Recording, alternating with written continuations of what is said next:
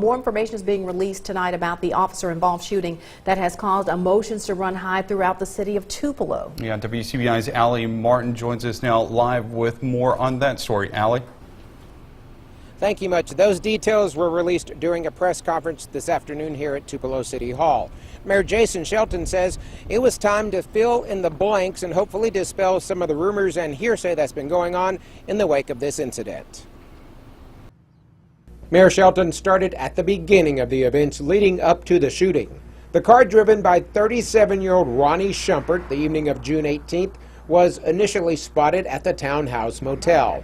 That spot was under surveillance by the Street Crimes Unit because of various complaints.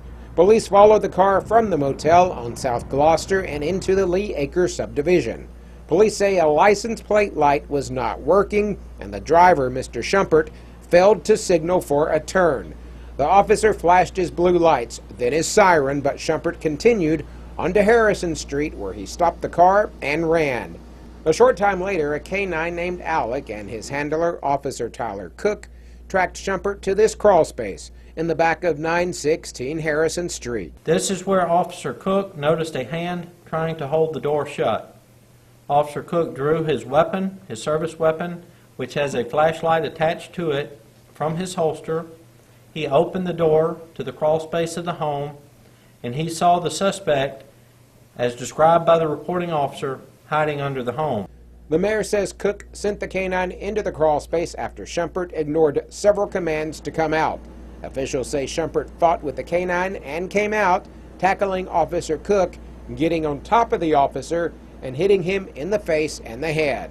At this point in the incident, the matter changed from that of evasion or resisting arrest to an active, unlawful, and felonious assault on a police officer. Mayor Shelton also addressed wounds visible on Shumpert's body in photos taken at a funeral home. Those wounds were released by the Shumpert family attorney, who claims the pictures show graphic evidence of a dog attack. Shelton and other sources tell WCBI the dog, Alec, is at least 10 years old and has no canine teeth, breaking them off when he tried to chew his way out of a kennel some time ago.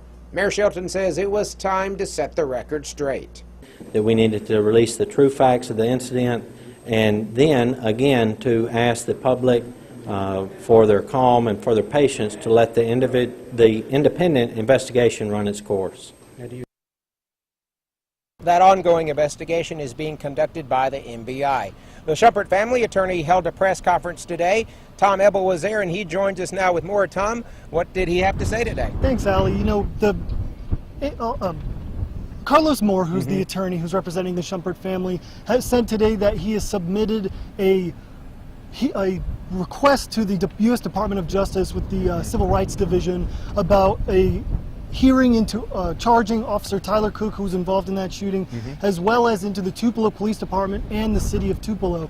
Moore also said today in the press conference that he doesn't believe the city is being totally truthful about the claim about how the dog was missing canine teeth, so that that the chief medical examiner in Washington, D.C., who Moore has been in contact with, says that the evidence from the hospital records shows that Shumpert's body did have signs of an altercation with a human as well as a canine. So Moore is going to continue into that investigation, as well as claims about the photo that was released of Officer Tyler Cook possibly was doctored and possibly wasn't true. Shumpert asked to continue prayers for the family, and again that MBI is ongoing with that investigation. You'll hear more from what Shumpert had to say in the press conference coming up at 10 o'clock tonight.